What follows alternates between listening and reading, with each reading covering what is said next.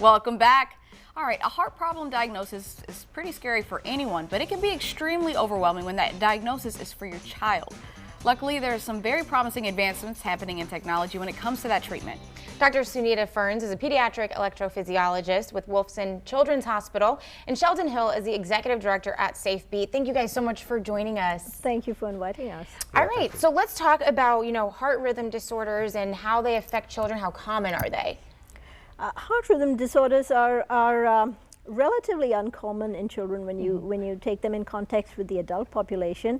By and large, the most common heart rhythm disorder in a child would be supraventricular tachycardia, or more commonly called SVT, and it affects about 1 in 2,500 kids. And you could broadly classify heart rhythm disorders into rhythms that make the heart go too fast or make the heart go too slow. Got it. So how are these various heart rhythms fixed? Great question. As electrophysiologists, I tell people there's pretty much just two things we do. If the heart's going too fast, we slow it down. If it's too slow, we speed it up. But we have different tools to do that. We use medications that act on the conduction system or the electrical parts of the heart, and then we have procedures.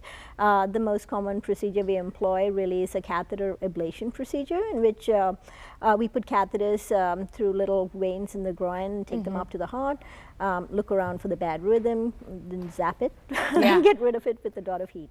Got it. And so now we always hear these stories of athletes on a court or in a pool, they're swimming, and all of a sudden they just stop and they fall to the ground, and we hear about that so often. So should only athletes be screened for different heart rhythms, or what's the kind of the procedure for that?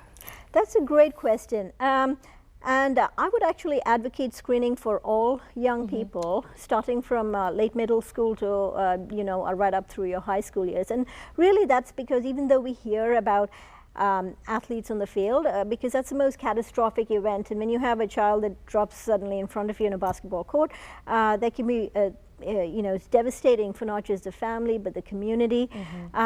But to be truthful, about 8 times more deaths occur in non-athletic kids than athletic kids. Interesting. And so I believe that all kids should be screened. Yeah.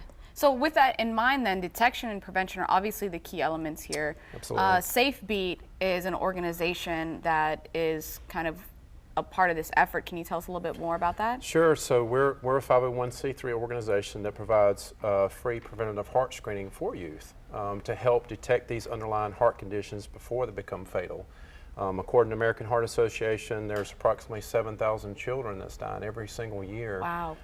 To sudden cardiac arrest, and that should not be the case. And many of these victims, these children that fall victim to sudden cardiac arrest, didn't have a symptom prior to that. Wow. And so it's up to our organization, in collaboration with Wolfson, of course, to help detect these underlying heart conditions before they are fatal.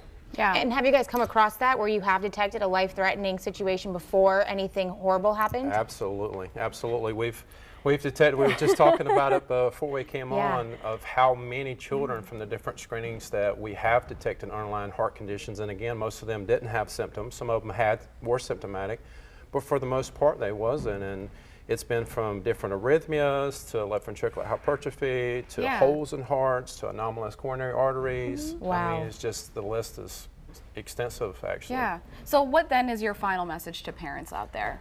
It's to get their children screened. I mean, find out, reach out to your school, reach out to your coaches, your principals, superintendents, ask, does our school have this available? If not, why? And go to our website, www.safebeat.org, and you can send us a direct message through info@safebeat, and find out how you can bring screening. And don't wait till your child says something's wrong. Take the proactive measure and get your child Be screened. proactive is what I was going to say. Don't wait until the last minute. Thank you so much for joining us and being here with this really important information. You can find it again on our website and share it with your friends and family at firstcoastliving.net.